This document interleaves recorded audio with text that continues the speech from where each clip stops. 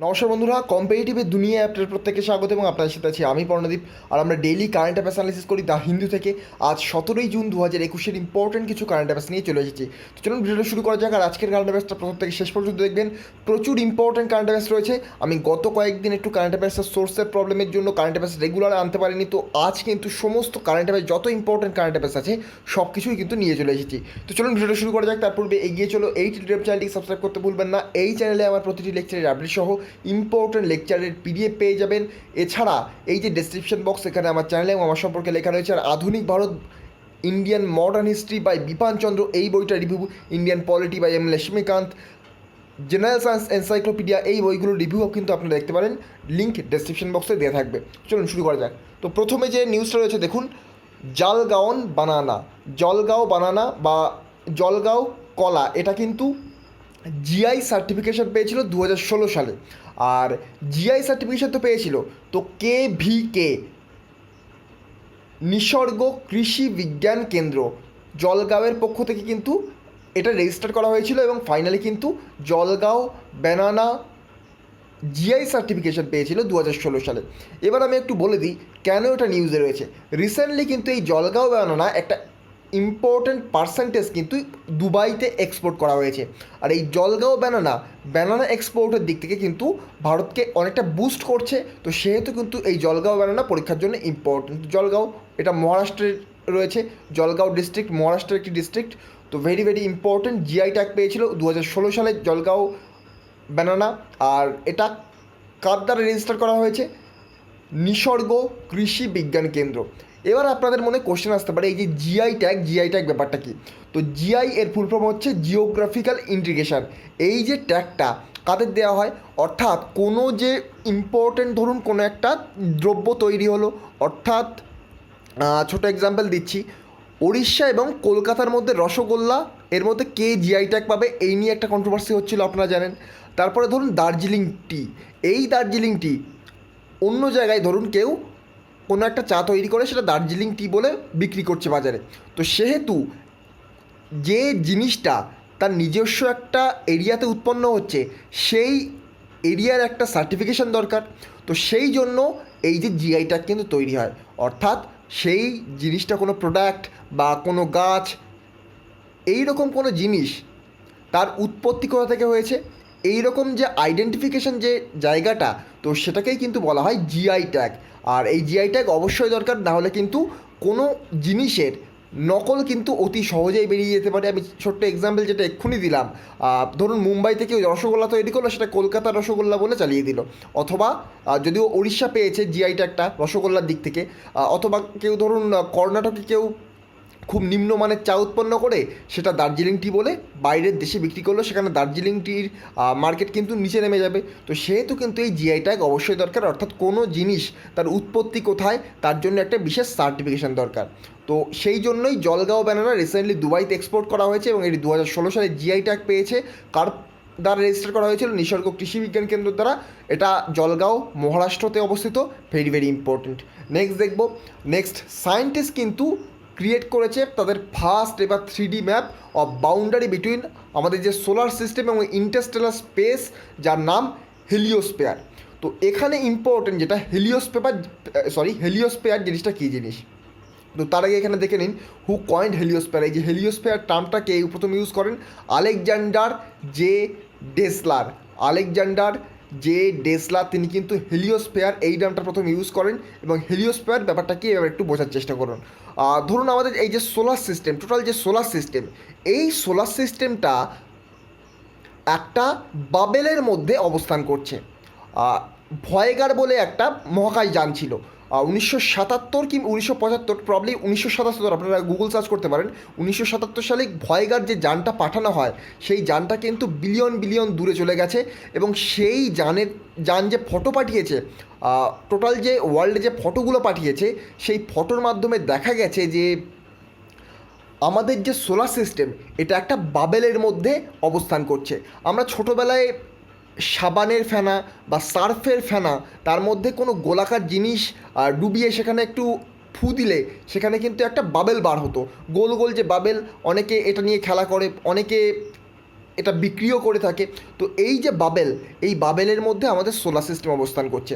আর এই বাবেলের সিগনিফিক্যান্স কী? এই বাবেল থাকার জন্য কিন্তু কসমিক রে এই যে সোলার সিস্টেমের বিভিন্ন প্ল্যানেট যেমন এই পৃথিবীতে কিন্তু আসতে পারে না। কসমিক রে কিন্তু প্রচণ্ড ক্ষতিকর একটি রে। তো এই কসমিক রে কিন্তু আসতে পারে না আমাদের পৃথিবীতে, তো সোলার সিস্টেমে পৌঁছতে পারে না কসমিক রে। আর এক কথায় বলতে পারেন এই যে বাবেলটা বা হেলিওস্ফিয়ার, এটা কিন্তু পৃথিবীর চারিদিকে যেমন ওজোন স্তর রয়েছে, ওজোন লেয়ার রয়েছে, এই ওজোন লেয়ার আল্ট্রাভায়োলেট রশ্মিকে আসতে বাধা দেয়, অতিবেগুনি রশ্মিকে। তেমনই কিন্তু এই যে হেলিওস্ফিয়ার, এটা কিন্তু একটা আমাদের সোলার সিস্টেম, টোটাল যে সোলার সিস্টেম তার বাইরে একটা বাবেল। এই বাবেলটা কিন্তু কসমিক রে সমগ্র সোলার সিস্টেমে আসতে বাধা দেয়। তো এই হচ্ছে হেলিওস্ফিয়ার। আশা করি ক্লিয়ার হয়ে গেল ধারণাটা। নেক্সট দেখব, টুইটার কিন্তু রিসেন্টলি অ্যাপয়েন্ট করেছে interim chief compliance officer in India to comply with the Indian government's new IT rule. তো ইন্ডিয়ান গভর্নমেন্ট নতুন যে আইটি রুল দিয়েছে তার বেসিসে কিন্তু টুইটার রিসেন্টলি তার ইন্ট্রিম চিফ কমপ্লায়েন্স অফিসার নিযুক্ত করেছে ভারতে। তো ভারতের যে নতুন আইটি রুল, তো এই আইটি রুলের মাধ্যমে কী বলা হচ্ছে, তো ইন্ডিয়ান গভর্নমেন্ট কিন্তু ইনফরমেশান টেকনোলজি এই রুলের মাধ্যমে 2021 যে রুল পাবলিশ করেছে তার মাধ্যমে বলা হয়েছে, কত সেকশনে সেটাও দেখে নেন এখানে, 87(2) এই সেকশনে বলা হয়েছে ইনফরমেশান টেকনোলজি অ্যাক্ট 2000-এর মধ্যে বলা হয়েছে যে এখানে সমগ্র যে OTT platform over the top, ওটিটির ফুল ফর্ম হচ্ছে ওভার দ্য টপ যে প্ল্যাটফর্ম বা সোশ্যাল মিডিয়া, সেটাকে কিন্তু ইন্ডিয়ান গভর্নমেন্ট নজর রাখতে পারবে। একটা অফিসার বসানো যেতে পারে, তার ওপর একটা কমিশন বসানো যেতে পারে, সমগ্র যে কন্টেন্টগুলো তার ওপর নজর রাখার জন্য একটা অফিসার বসানো যেতে পারে, একটা মেকানিজম তৈরি করা যেতে পারে এই রিলেটেড। তো এটাই কিন্তু আমাদের নতুন আইটি রুল। আর তার জন্য কিন্তু রিসেন্টলি টুইটার একটি চিফ কমপ্লায়েন্স অফিসার নিযুক্ত করছে ইন্ডিয়াতে। পরীক্ষার জন্য কিন্তু ইম্পর্টেন্ট, কে করছে, ফেসবুক, টুইটার, হোয়াটসঅ্যাপ নাকি অন্য কেউ, তো এটা কিন্তু টুইটার। নেক্সট দেখব, নেক্সট কারেন্ট অ্যাফেয়ার্স দুটো রয়েছে একই পেজে। প্রথম যেটা রয়েছে দেখুন, latest edition of UNESCO, United Nations environment scientific cultural organization, environment বলে ফেললাম, educational, United Nations educational scientific cultural organization UNESCO তার যে সায়েন্স রিপোর্ট সেটা রিসেন্টলি পাবলিশ করেছে। তো ইউনেস্কো তার লেটেস্ট সায়েন্স রিপোর্ট, যেটাকে বলা হয় ইউএসআর রিপোর্ট, পাবলিশ করেছে জুন 11, 2021। আর এর টাইটেল কী ছিল? এর টাইটেল ছিল race against time for smart development. এই টাইটেলটাই কিন্তু পরীক্ষার জন্য ইম্পর্টেন্ট। এছাড়া ইউনেস্কোর হেডকোয়ার্টার কোথায়, এগুলো তো আমি বহুবার আলোচনা করেছি। আপনারা আমাকে কমেন্ট বক্সে এবার জানাবেন যে ইউনেস্কোর হেডকোয়ার্টার কোথায় রয়েছে। তো এই যে ইউএসআর যে রিপোর্টটা, এই রিপোর্টটা কিন্তু race against time for smart development, এই রিপোর্টটার নাম আপনাদের পড়তে হবে এবং মনে রাখতে হবে। নেক্সট যে নিউজ দেখুন, বিহার কিন্তু এক্সপোর্ট করেছে তার প্রথম commercial consignment of GI certified Zardalu mangoes. তো এই যে জারদালু ম্যাঙ্গোস, এটা কিন্তু বিহারের ভাগলপুরে উৎপন্ন হয়, আর এটা ইউনাইটেড কিংডমের উদ্দেশ্যে কিন্তু বিহার এক্সপোর্ট করেছে। আর এটা কিন্তু ইউনাইটেড ট্যাগ সার্টিফিকেশান পেয়েছে 2018 সালে। একটু আগে আমি জিআই ট্যাগ সম্পর্কে বললাম, জিআই ট্যাগ কেন প্রয়োজন। ধরুন ভাগলপুরের আম, সেটা পশ্চিমবঙ্গে কোনো একটা জেলায় আম উৎপাদন করে সেটাকে বলে দেওয়া হলো ভাগলপুরের আম বলে সেটা বিক্রি করা হলো। তো সেক্ষেত্রে কিন্তু বিহারের ভাগলপুরের যে আমটা তার রেটিং নিচে নেমে যাবে। তো সেহেতু কিন্তু জিআই সার্টিফিকেশনের খুবই দরকার। তো মনে রাখবেন পরীক্ষার জন্য ইম্পর্টেন্ট, বিহার রিসেন্টলি এক্সপোর্ট করেছে তার প্রথম কমার্শিয়াল জিআই সার্টিফাইড জারদালু ম্যাঙ্গো, যেটা বিহারের ভাগলপুরে উৎপন্ন হয়। আর কাকে এক্সপোর্ট করেছে? ইউনাইটেড কিংডমকে, এবং এটি সার্টিফাইড হয় কত সালে? 2018 সালে। নেক্সট নিউজ দেখব, নেক্সট নিউজ কী বলছে দেখুন, এটা রয়েছে সাস্টেনেবল ডেভেলপমেন্ট ইন্ডেক্স বা সাস্টেনেবল ডেভেলপমেন্ট গোল সম্পর্কে। এখানে বলছে দেখুন, sustainable development report was prepared and released by experts from UN sustainable development solution network. তো recently sustainable development report publish করা হয়েছে। এখানে কে টপ করেছে? এখানে টপ করেছে ফিনল্যান্ড কিন্তু সাস্টেনেবল ডেভেলপমেন্ট যে ইন্ডেক্স সেখানে টপ করেছে। এবং এখানকার গভর্নমেন্টের অনুযায়ী ফিনল্যান্ড বিভিন্ন ইন্ডেক্সে টপ করেছে। তার মধ্যে পোভার্টি রিডাকশান, অর্থাৎ যে দারিদ্রতা কমানো, হেলথ কেয়ার যে সিস্টেম, আমাদের যে হেলথ কেয়ার সিস্টেম, স্বাস্থ্য যে ক্ষেত্রটা, এখানে আরও ইমপ্রুভমেন্ট, এডুকেশন সেক্টরে ইমপ্রুভমেন্ট, এনার্জি, ওয়াটার, শান্তি, রিডাকশান অফ ইনইকুয়ালিটি, অর্থাৎ ইনইকুয়ালিটি কমানোর জন্য যে বিভিন্ন রকম পন্থা সেটা কিন্তু ফিনল্যান্ড নিয়েছে এবং তারা কিন্তু টপ করেছে এই ইন্ডেক্সের সাস্টেনেবল ডেভেলপমেন্ট গোলসে। আমি এখানে সাস্টেনেবল ডেভেলপমেন্ট গোলের উদ্দেশ্য একটু বলে দিই। 2015 সালে কিন্তু 2030 সাল পর্যন্ত ভারতও কিন্তু এই গোলের একটি অংশ। তো এখানে টোটাল 17টি গোল রয়েছে, 169টি টার্গেট রয়েছে। রিসেন্টলি সম্ভবত এসএসসি সিএইচএসএল এক্সামে কিন্তু এই সাস্টেনেবল ডেভেলপমেন্ট গোল সম্পর্কে কোশ্চেন এসেছিল, অথবা রিসেন্টলি যে এনটিপিসি হয়ে গেছিলো এর মধ্যে যে কোনো একটাই, আমার এক্সাক্ট খেয়াল নেই। তো এই দুটো এক্সামের মধ্যে কিন্তু কোশ্চেন এসেছিলো, আর এটা আমি কিন্তু আমার ইকোনমির লেকচারে অলরেডি আলোচনা করে দিয়েছি। 17 গোল এবং 169 টার্গেট। তো সাস্টেনেবল ডেভেলপমেন্ট কেন দরকার দেখুন, আমরা বর্তমানে যে বিভিন্ন রকম, আমি ছোট্ট এক্সাম্পল দিচ্ছি এনার্জি রিলেটেড, কয়লা ইউজ করছি বর্তমানে যে কয়লা ইউজ করছে, এই কয়লাটা পরবর্তীকালে নেক্সট জেনারেশন তো ইউজ করতে পারবে না। এত পরিমাণে আমরা যদি ইউজ করতে থাকি সেটা যদি ফুরিয়ে যায়, এবং সেই কয়লা উৎপাদন হতে তো প্রচুর টাইম লাগবে, তো সেই টাইমটার মধ্যে যদি কয়লা আমাদের ফুরিয়ে যায় নেক্সট জেনারেশনের জন্য, তারা কিন্তু কোনো রকম ডেভেলপমেন্ট করতে পারবে না। তার জন্য দরকার কিন্তু সাস্টেনেবল ডেভেলপমেন্ট। তো দেখুন বলছে which countries have ranked highest, top 10 কান্ট্রিজের নাম এখানে বলা হয়েছে। দেখুন Finland, Sweden, Denmark, Germany, Belgium, Austria, Norway, France, Slovenia and ইস্টোনিয়া। তো এখানে ফিনল্যান্ড কিন্তু এই ইন্ডেক্সে টপ করেছে। আর আরেকবার এর যে গোল সেগুলো বলে দিই: poverty reduction, health, education, energy, water, peace, reduction of inequality, rule of law, এগুলো কিন্তু এর গোল। আর এখানে দেখুন সাস্টেনেবল ডেভেলপমেন্ট গোল সম্পর্কে বলা রয়েছে। এর আগে সাস্টেনেবল ডেভেলপমেন্ট গোল তার নাম কী ছিল? Millennium development goal. এটা পরীক্ষার জন্য ইম্পর্টেন্ট, মনে রাখবেন।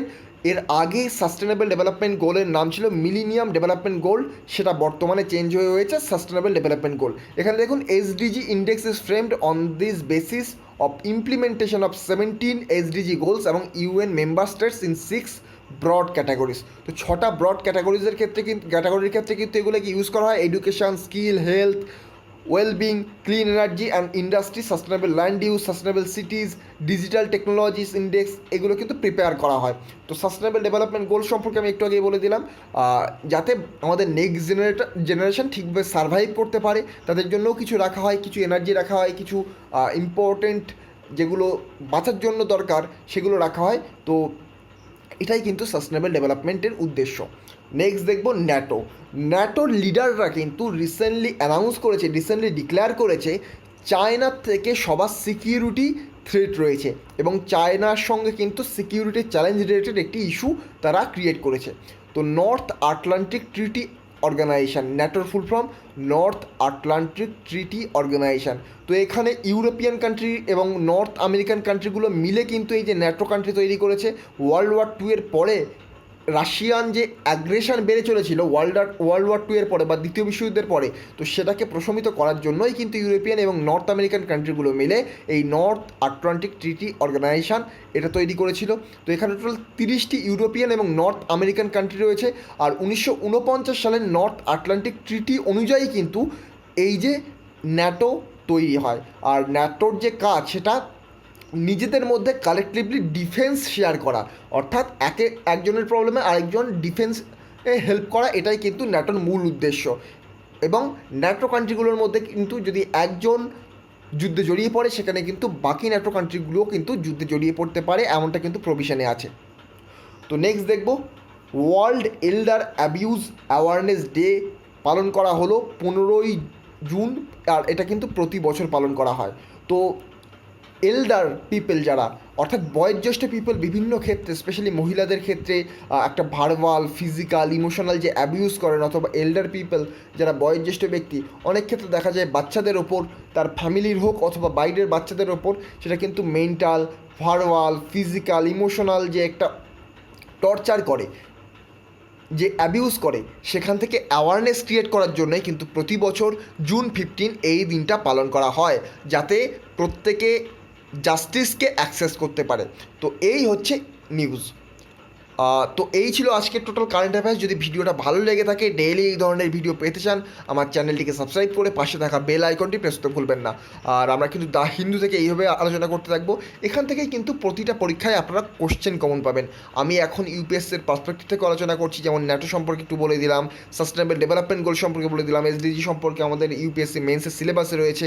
এছাড়া আপনাদের আমি বলে দিলাম এখানে দেখুন নিউ আইটি রুল, এটা ইউপিএসসির জন্য ইম্পর্টেন্ট। হেলিওস্পার ডব্লিউবিসিএস মেন্স, ইউপিএসসি, এসএসসি প্রত্যেকটা এক্সামের জন্য ইম্পর্টেন্ট। তো এগুলো কিন্তু আপনাদের মনে রাখতে হবে।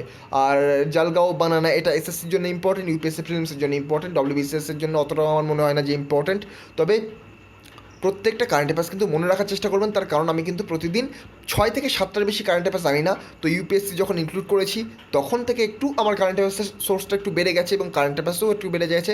আগে আমি 4 থেকে 5টা কারেন্ট অ্যাফেয়ার্স আনতাম, তো সেখানে এখানে 6টা থেকে 7টা। আজকে দেখুন 1টা, 2টো, 3টে, 4টে, 5টা, 6টা, 7টা, 8টা কারেন্ট অ্যাফেয়ার্স। তো এরকমই কারেন্ট অ্যাফেয়ার্স আসছে। তো মোটামুটি আমি যেহেতু ডিটেলসে আলোচনা করছি, আপনাদের পরীক্ষার জন্য মনে থাকবে, কোনো রকম প্রবলেম হবে না। তো চ্যানেলটিকে সাবস্ক্রাইব করে পাশে থাকা বেল আইকনটি প্রেস করতে ভুলবেন না। চলুন আজকের মতো গুড বাই, পরবর্তী ভিডিওতে আপনাদের সাথে আবার দেখা হবে। Thank you.